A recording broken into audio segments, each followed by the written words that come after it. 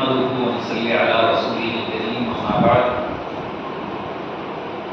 كتاب أنزلناه إليك مبارك ليتدبروا آياته وليتذكر أولو الألباب صدق الله العظيم. கண்ணியத்துக்கும் மரியாதைக்குரிய எல்லா உலமாக்களுக்கும் நிறைய உலமாக்களுக்கு உஸ்தாதாகவும் எங்களுக்கெல்லாம் மிக கண்ணியமாக இருக்கிற ஹசரத்துவர்களே, விழாவில் பேசிய ஹசரத்துவர்களே, உங்களை எல்லாம் பார்த்து சூரியப்படைவதற்காக வேண்டி இங்கே வருகிற மரியாதைக்குரிய அண்ணன் கத்தாரிலிருந்து வந்திருக்காங்க. மாஷா அல்லாஹ். அல்லாஹ் உங்களுக்கு ஒரு பெரிய வாக்கியத்தை கொடுத்திருக்கிறான், வேதத்தை படிக்கிறது. எல்லாருக்கும் நம்ம நசீபு கிடைக்கிறது இல்லை, எல்லார் மனசுலையும் குர்ஆன் ஏறிடுறது இல்லை. அல்லாஹ் யாருக்கு நாங்களானோ அவங்களுக்கு தான் உள்ள உட்காரு. எவ்வளோ படித்திருந்தாலும் கூட குர்ஆனை மனனம் செய்வதும் அதை புரிவதும் அதில் தெளிவு பெறுவதும் அல்லாஹ் தருகிற பாக்கியத்தை தவிர. நான் என்னுடைய மாணவர்கள் துபாயில் இருக்கும்போது நிறைய நண்பர்கள் இருப்பாங்க. நீ கூட்டமாக உட்காந்துருப்பாங்க. உங்களுக்கு எத்தனை பேருக்கு ஓத தெரியும் அப்படின்னு கேட்டேன். சும்மா உங்களுக்குலாம் எத்தனை பேருக்கு ஓத தெரியும்? அப்போ அதில் ஒரு 10-15 பேர் கை கொடுப்பாங்க. எங்களுக்கும் ஓத தெரியும். ஒரு 10 பேர் பாதி கை கொடுப்போம், அரைக்கை இந்த சூழலுக்கு போகல. அப்புறம் முக்காக்கை இங்கே கீழே வருது. அப்புறம் காக்கை சில பேர் தூக்கவே மாட்டான். ஏன்னா இது காக்கை அரைக்கையெல்லாம் தூக்கலையா? நீங்கள்லாம் ஓத போனது இல்லையா? ஊர் மறுச்சா வச்சுருக்காங்க, நீங்கள்லாம் ஓதலையான்னா அது ஒரு சொன்னார். ரொம்ப இல்லை இருக்குங்க, எங்கள் அத்தா அம்மாலாம் எங்களை அனுப்பி விடுவாங்க. நாங்கள் என்ன செய்வோம்னா அப்படியே பள்ளியாசலுக்கு கம்பிச்சிட்டாங்க. இந்த குளம் நல்லா இருக்கு இல்லையா, அப்படியே போய் நிறுத்து டீ குடிக்கிட்டு அப்படியே பண்ணுவோம். இப்போ நான் சொன்னேன், உங்கள் அத்தா அம்மாவை நீ ஏமாத்துனேன், ஆனால் இன்னைக்கு அல்லா உன்னை ஏமாத்திட்டான்ல. இன்ஜினியரிங் புக்கு இவ்வளோ பெருசு இருக்கும், அந்த புக்கு மண்டையில் ஏறு. காமர்ஸ் புக்கு இவ்வளோ பெருசு இருக்கும், அது மண்டையில் ஏறு. ஆனால் அல்லாஹ்வினுடைய வேதத்தை படிக்க தெரியல அப்படின்னு சொன்னால் எவ்வளோ பெரிய நசீப் கெட்டத்தனம் தெரியுமா, எவ்வளோ இயலாமை தெரியுமா? ஆனால் அல்லாஹ் உங்களை சின்ன வயசுல தேர்ந்தெடுத்து உங்களுக்கு இந்த வாக்கியத்தை தந்துருக்கான். பெருமானார் சொல்லுவாங்க, லைசபி கல்விஹி லைசபி ஜோபிஹி, குர்ஆன் இல்லாத அந்த இதயம் இருக்கிறதே அதுக்கு பைத்தில் ஹதீப் அப்படின்னு சொன்னாங்க. ஒரு கபுஸ்தானுக்கு சமமானது தான் இந்த குர்ஆன். உலகத்திலையும் பயன்படும், கபரிலையும் பயன்படும், மனுஷர்லையும் பயன்படும், நம்முடைய சொர்க்கம் வரையும் நமக்கு பயன்படக்கூடிய ஒரு வேதம் தான் இந்த வேதம். நீங்கள் அல்லாஹ் உங்களை தேர்ந்தெடுத்தான் இன்னைக்கு கொண்டு வந்து இங்கே உட்கார வச்சேன். நான் வெளிநாட்டில் துபாயில் இருக்கும்போது ஒரு பெரிய ஹசரத் துபாய்க்கு வந்திருந்தாங்க. அவங்க கூட சேர்ந்து ட்ராவலில் போகிறோம். ஒரு 200-300 கிலோமீட்டர். அதுக்கு முன்னாடி உட்காந்துருக்காங்க நல்ல வயசான பெரியவங்க, இலங்கையிலேருந்து வந்திருந்தாங்க. அப்துல்லா ஹசரத் அவங்க பேர். ஒரு மதரசத்துல் ஜாமியத்துல் ஃபலாஹ் அப்படின்னு ஒரு பெரிய காலேஜ் இருந்து மதரசாவினுடைய முதல்வர் அதிபர் அப்படின்னு சொல்லுவாங்க. அப்போ அந்த துபாய் பயணத்தை எப்படி போயிருக்கோம், அதுக்கு முன்னாடி வந்தாங்க, நான் பின்னாடி உட்காந்து பேசிக்கிட்டே இருக்கிறோம். அப்போ அதுக்கு என்ற ஒரு செய்தி கேட்டாங்க திரும்பி. எப்பா, ரசூலுல்லாஹி ஸல்லல்லாஹு அலைஹி வஸல்லம் சொன்னாங்க, யாரெல்லாம் மாணவர்களாக குர்ஆனை கற்று வருகிறார்களோ அவங்களுக்கு மலக்குமார்கள் தங்களுடைய ரெக்கையை விரிப்பாங்கன்னு வருது. இப்போ நீங்கள் ரோட்டில் நடந்து போகும்போது மலக்குமார்கள் முசாபா செய்வாங்க, ரெக்கையை விரிப்பாங்க, அவங்க ரெக்கையில் தான் நடந்து போவாங்க அந்த மாணவர்கள் அப்படின்னு வருது. யாராவது ஒரு மாணவர் அப்படி மலக்கு முசாபா செஞ்சு பார்த்துருக்கியான்னு கேட்டாங்க. நான் சொல்றது உங்களில் யாருக்காவது மலக்கு முசாபா செஞ்சிருக்காரா? ஏற்றது மனுஷனே முசாபா செய்ய மாட்டாங்கன்னா மலக்குங்கிற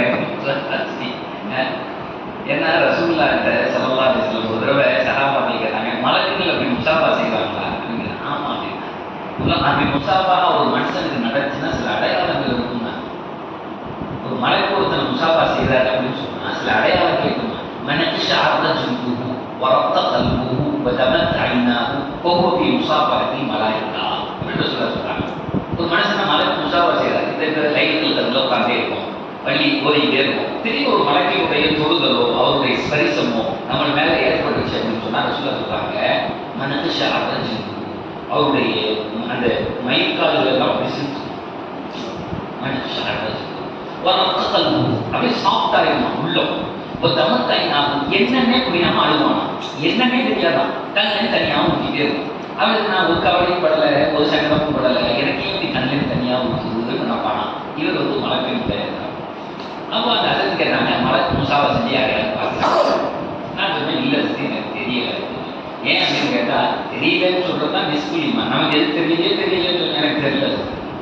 அப்ப அதுக்கு சொன்னாங்க, ஏன் இந்த ஹதீஸ் உண்மை, எங்க ரசூலுல்லாஹ் சொன்னது பொய்யாகாது. ஒரு மாணவர் கண்டிப்பா ஒரு மலக்கை சந்திக்கணும், ஏன் சந்திக்கிறது இல்லை, அதுக்கு என்ன காரணம் சொன்னாங்க. நான் என்ன தெரியல. அப்ப அந்த இடத்துல ஒரு செய்தி சொன்னாங்க, நான் ஒரு செய்தி சொல்றேன், அதனாலதான் மாணவர்கள் வந்து மலக்கை சந்திக்கிறது இல்லை அப்படின்னு சொன்னாங்க. நான் என்ன அது காரணம்னு கேட்டேன். அப்ப அந்த இடத்துல ஒரு வார்த்தை சொன்னாங்க, அதாவது போத வராது இல்லையா, இப்ப நீங்க எல்லாம் வந்திருக்கீங்கல்ல, ஒரு மாசம், ஒரு 2 மாசம் அல்லது ஒரு 3 மாசம் ஆன பின்னாடி பசங்கள்லாம் நம்ம உட்காந்து பேசிக்கோங்க, நம்மலாம் சாப்பிடும்போது பேசுவோம்ல. அப்போ ஒரு பையன் சொல்லுவான்னா, அதே இந்த அஜித் இருக்கிறாங்கல்ல, அது ஒண்ணுமே தெரியலடா அப்படின்னு சொல்லுவான். இந்த அஜித் இருக்கிறாங்கல்ல, இன்னும் ஒண்ணுமே தெரியலடா, நான் தப்பா போதுன்னு அவர் பார்க்கவே இல்லடா அப்படின்னு சொல்லுவான். நான் சொல்ல புரியுதா உங்களுக்கு? அப்ப ஏன்னா இந்த அஜித் இது சரியில்லடா, அவரு இது பண்றாரு அப்படின்னு சொல்லுவாங்க. என்னைக்கு ஒரு மாணவன் தன் முஸ்தாதை பத்தி அப்படி நினைச்சானோ, மலக்குமார்களுடைய முசாபாவுக்கு மகரூமாயிருக்கும், அவனுக்கு காலத்துக்கு கிடைக்காது. ஏன் அப்படின்னு சொன்னா, அந்த அஜத்து நல்லா ஓதுறாரா ஓதலையா தஜ்வீத் இருக்கா, உனக்கு அது தேவை கிடையாது. இந்த அஜத்தை உனக்கு முஸ்தாதா கொடுத்தது அவ்வளவுதான். யாருக்கும் ஆசிரியர்லாம் வர முடியாது, அல்லாஹ் கொடுக்கும். இந்த அஜத்தை உங்க வாழ்க்கையில அல்லாஹ் அப்படி கொடுத்துருக்கான் அப்படின்னு சொன்னா உங்களுக்கு கனிமத்து அல்லாஹ்வால் தேர்ந்தெடுத்து, தேவன் சோதனை அல்லாஹ்வால் தேர்ந்தெடுக்கப்பட்டு உங்களுக்கு உஸ்தாத் பண்ணலாம். உங்க தாய் தகப்பனை விட பெரிய அந்தஸ்துல. அதனாலதான் தாயத்தை ஒவ்வொரு தசப்புகளையும் துவா ஓதுறோம், மௌத்து வரை ஓதணும். அஜத்துமார்கள் ஒரு தடவை நமக்கு வந்துட்டு வாழ்க்கையில் போயிட்டாங்க அப்படின்னு சொன்னா மௌத்து வரையும் அவருக்கு அப்படி அல்லாஹ் உஸ்தாத் பாவத்தை நீ பாவத்தை ஒரு முஸ்லீம் கேட்குது. இப்ப நீங்க ஸ்கூல்ல போய் படிக்கிறீங்க, 1ஆவதுல இருந்து காலேஜ் வரை நிறைய ஆசிரியர்கள் வந்திருப்பாங்க. ஆனா அவங்களை கூப்பிட்டு, ஏதா உனக்கு யாரை பிடிக்கும் அப்படின்னு கேட்டா, அந்த 5ஆவதுல ஒரு மிஸ் வந்தாங்க எப்படி சொல்லுவான், அந்த 5ஆவதுல ஒரு மிஸ் வந்தாங்க அப்படிவான்.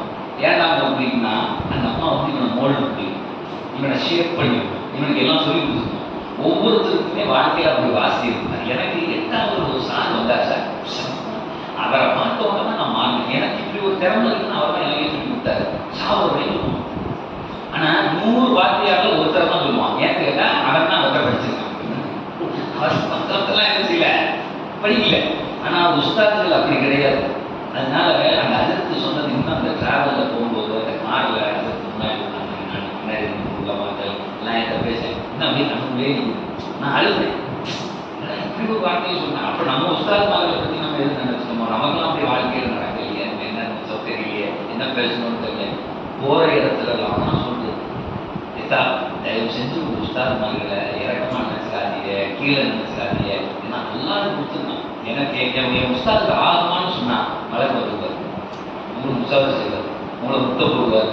அதை விட ஒரு இயல்பாகியும் அந்த உலகத்துல வேற எங்களுக்கு நம்ம என்ன செய்ய போறோம். அதனால மதரசாவுடைய காலங்களில் கவனமா ஓதணும்.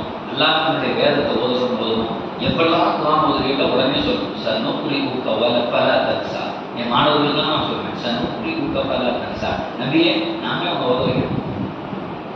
பல தக்ஸா நீ மறக்காதீங்க. நீங்க ஓதுறீங்க அல்ல நபி பத்தி சொல்லலாம், அல்லாஹ் நபி பத்தி சொல்லலாம். அந்த வாசகத்தை ஓதிட்டு நம்ம குர்ஆன் ஓதுனோம்னா அப்படியே அச்சடிச்சு காப்பி நிற்கிற மாதிரி இந்த கண்ணுக்கு முன்னால நிற்கும். நீங்க எல்லாம் சாதாரணம் இல்ல, நீங்க எல்லாம் நாளைக்கு சொல்றதுக்கு உங்க அக்கா அம்மாலாம் கூப்பிட்டு போவீங்க. உங்க அக்கா அம்மா உங்களுக்கு யாரெல்லாம் உதவி செஞ்சாங்களோ, இன்ஜினியர் சாப்பிட வந்து நிற்பாங்க. நல்லா சொல்லுமா, இந்த பிள்ளைகளை ஓத வச்சிங்க, சொர்க்கத்துக்கு இவங்க கூட சேர்ந்து போங்க. இதை விட பாக்கியம் என்னது? நம்ம வாழ்க்கையில சம்பாதிச்சது, இது பண்ணது எல்லாத்தையும் விட பெரிய பாக்கியம். ஒரு ஹாபிக்கு 10 பேரை கூப்பிட்டு போவாங்க, கை முடிச்சு கூட்டிட்டு போவாங்க சொல்றதுக்குள்ள. அந்த பாக்கியத்தை அல்லாஹ் உங்களுக்கு தந்திருக்கான், அந்த குர்ஆனை தந்திருக்கான். ஒரு நியத்து வச்சுக்கணும், நான் மௌத்தா போடுறதை மறக்கக்கூடாது, நான் மௌத்தா போடுறதை தராவில் சொல்ல வைக்கணும், நான் மௌத்தா போடுறதை ஞாபகத்தோட வைக்கணும். என்னுடைய வாழ்க்கையோடு குர்ஆன் இருக்கணும். நான் ஒரே ஒரு சின்ன உதாரணத்தை சொல்லி நம்ம அங்கே போனோம். நான் துபாயில தஃப்சீர் பண்ணிட்டு இருந்தேன். 800 பேர் வருவாங்க. 800 பேர் எல்லாம் சாதாரணமாக வேலை இல்லாத சிஇஓ டாக்டரா இருப்பாரு. அவருக்கு அப்பாயின்மெண்ட் வாங்குறதுக்கு நின்றுட்டு இருப்பான். அந்த அளவுக்கு தான் 1.5 மணி நேரம் உட்காந்துருப்பாரு. பெரிய கம்பெனியுடைய சிஇஓவா இருப்பாரு, இன்ஜினியரா இருப்பாரு, டாக்டரா இருப்பாரு. அப்படி ஒரு 800 பேர் அப்படி உட்காந்துருப்பாங்க மஜ்லிஸ்ல. ஒவ்வொரு வாரமும் வருவாங்க. நான் கேட்டேன், நீங்க எல்லாம் ஏன் வேலை வெட்டி அப்படிங்கிறது? அதெல்லாம் சம்பாதிக்கலாம், நீங்க சொல்றது எங்களுக்கு கிடைக்க மாட்டேங்குது.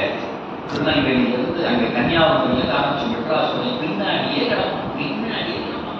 எனக்கு இல்லை, அந்த குர்ஆனுடைய மகிமை, அதனுடைய ஒளி, அதனுடைய வெளிப்பாடு, குர்ஆனுடைய ஒவ்வொரு வார்த்தையும் அல்லாஹ் ஒளியாக வச்சுறான். பேச பேச அந்த குர்ஆனுக்கு பின்னாடி காத்துகளை பற்றி தான் ரசூலுல்லாஹ் பார்த்துருக்காங்க. அப்ப அந்த மக்கள்கிட்ட சொன்னேன், நீங்க குர்ஆன் ஓதாதவங்க அப்படின்னு சொல்லி இந்த குர்ஆன் எடுத்து வச்சு இப்படிப்பாரு. அப்துல்லாஹ் இப்னு மஸ்ஊத் சொல்லுவாங்க, அதீமுன் நபரத்தில் முஸ்ஹாப், குர்ஆனை பார்த்து தேர்ந்தது நம்ம பார்த்து இந்த மக்கள் சொன்னா நீங்க கொஞ்சம் ஓதுங்கப்பா, குர்ஆன் எடுத்து ஒவ்வொரு பக்கம் ஓதுனேன் அப்படின்னா உங்களை ஆர்வம். ஒரு பக்கம் ஓதுனாங்க, 2 பக்கம் ஓதுனாங்க, ஒவ்வொரு ஜுசு ஓத ஆரம்பிச்சாங்க. சாதாரண மக்கள் படிச்சவங்க ஆலிம்லாம் கிடையாது, ஒவ்வொரு ஜுசு ஓதுவாங்க. ஓதுக்கு வந்து என்ன சொல்லுவாங்க, அதுக்கு நீங்க ஒவ்வொரு ஜுசு ஓதிட்டோம், ஒரு மாசத்துக்கு ஒரு குர்ஆன் வச்சுக்கோம், மனசு ஆறுதா இருக்கு சொல்லுவாங்க. ஒரு குர்ஆன் ஒரு ஜுசு 2 ஜுசு ஆச்சு, 2 3 ஜுசு ஆச்சு, 3 4 ஆச்சு, 4 5 ஆச்சு. இப்ப அந்த டீம்ல உள்ள ஒவ்வொருத்தரும் ஒரு 4 5 ஜுசு ஓதுறாங்க. பொதுமக்கள் சாதாரண ஒரு வாரத்துக்கு ஒரு தக்கம். அவர் சொல்றாரு, என் ஆபீஸ் வேலையா நான் இதை செய்யணும்னு நினைக்கும் போது அந்த காரியம் முடியுது.